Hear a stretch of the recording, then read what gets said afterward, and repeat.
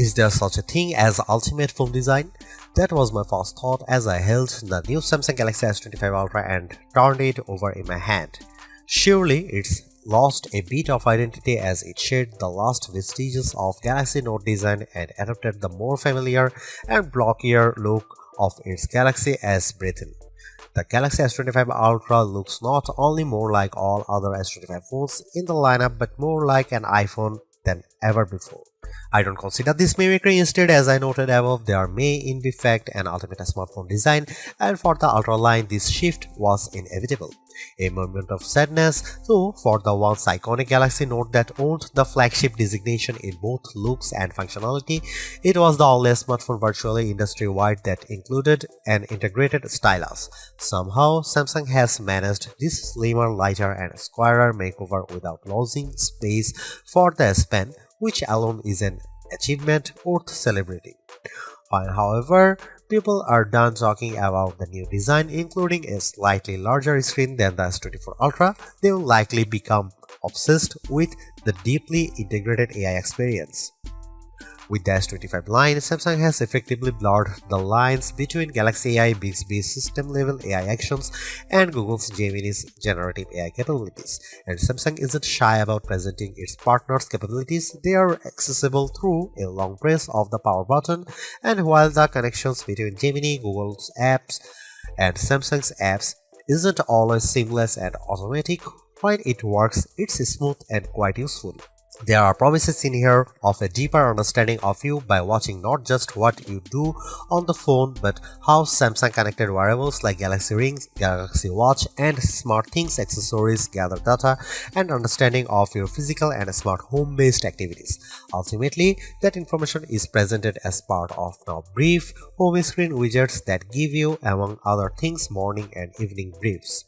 That tracking might sound scary if Samsung hadn't worked closely with silicon partner Qualcomm to ensure that the Snapdragon 8 Gen 8 Elite for Galaxy has a silicon core that's devoted to your personal data engine, and if it weren't for Samsung's liberal use of its Knox security both of the phone and across its ecosystem of devices. In my time reviewing the S25 Ultra, I saw some personal insights in my briefs but not enough for them to be meaningful.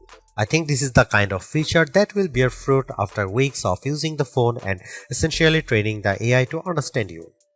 AI can be found sprinkled throughout the system, including in photography, which is a good thing since Samsung has done little to upgrade the physical camera array. Of the 5 cameras, only one got an upgrade, the ultra-wide, which is now a 50-megapixel camera. On the other hand, Samsung has upgraded its Pro Visual engine, and as a result, photography is generally even better than on the Samsung Galaxy S24 Ultra. And if your photographic skills aren't up to snuff, you can now ask Gemini to suggest changes based on the quality of your own photos.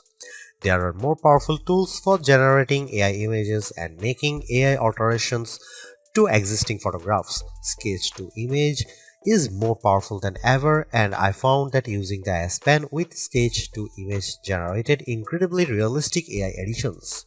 Samsung's AI integration also extends to sound. It can recognize music playing in a video or hummed by you, and it's also adept at cleaning up messy audio in videos you shoot. This is a better looking, faster, smarter and longer lasting Ultra than any that's come before it, and it still costs the same $199 US. The Samsung Galaxy S25 Ultra was unveiled at Samsung's Galaxy Unpacked event on January 22. It's available to pre-order now in a choice of 4 colors wherever to buy: titanium silver blue, titanium white silver, titanium grey and titanium black, and 3 more that are exclusive to the Samsung store: titanium jet green, titanium pink gold and titanium jet black.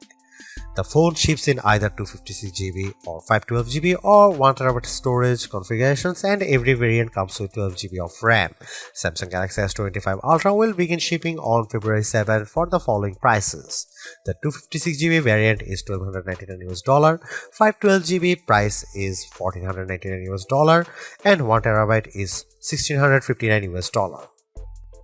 The Samsung Galaxy S25 Ultra drops the Galaxy Note look, completely replacing it with a look that reflects the Galaxy S aesthetic found across the S25 line, although it's not an exact replica of those phones. Yes, it has a flat titanium band wrapping around the body, but the corners are slightly squarer than those of the Galaxy S25 and S25 Plus.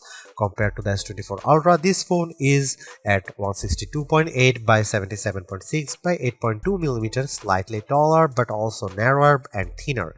It's also considerably lighter at 218 grams compared to the S24 Ultra's 232 grams.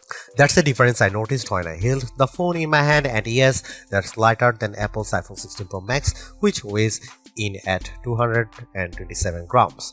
I give Samsung credit here for making a lighter phone that somehow still has room for the 5000 mAh battery and to stow the S Pen. Despite the significant changes alteration, there aren't a lot of other design changes. The volume rocker and power sleeve or Gemini button are in the same relative position, while Samsung has shifted the antenna cutout from that side to the top of the opposite edge.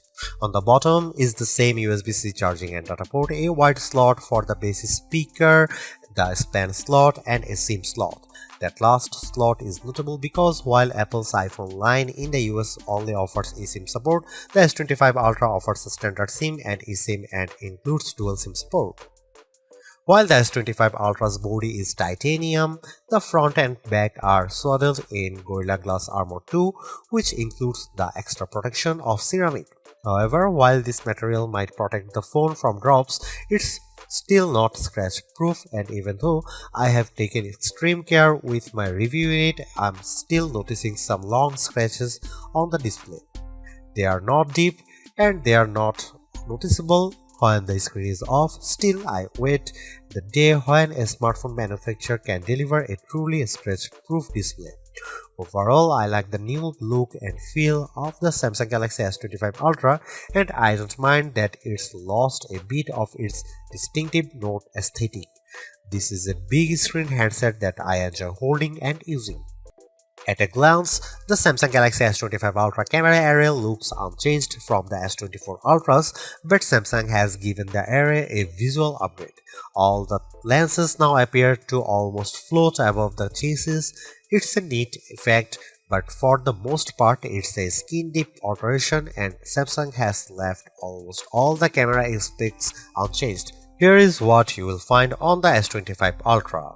You get the same 200 megapixel main sensor, 50 megapixel 5x telephoto, 10 megapixel 3x telephoto, and 12 megapixel front shooter found on Samsung's previous Ultra model.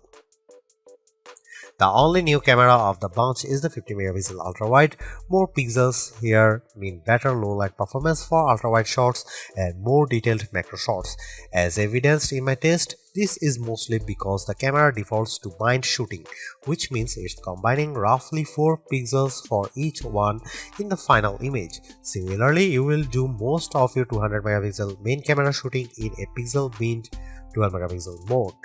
Here are some camera samples of Samsung Galaxy S25 Ultra.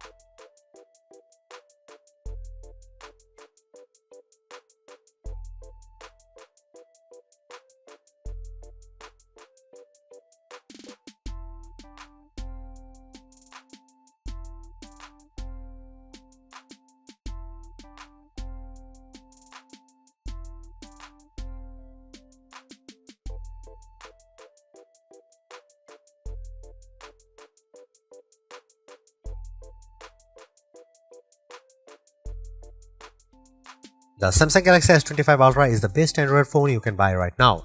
Interacting with AI has never felt more natural or useful. In addition, the phone's gorgeous screen, helpful S Pen, solid battery life, and class-leading power all contribute to Samsung's most well-rounded offering.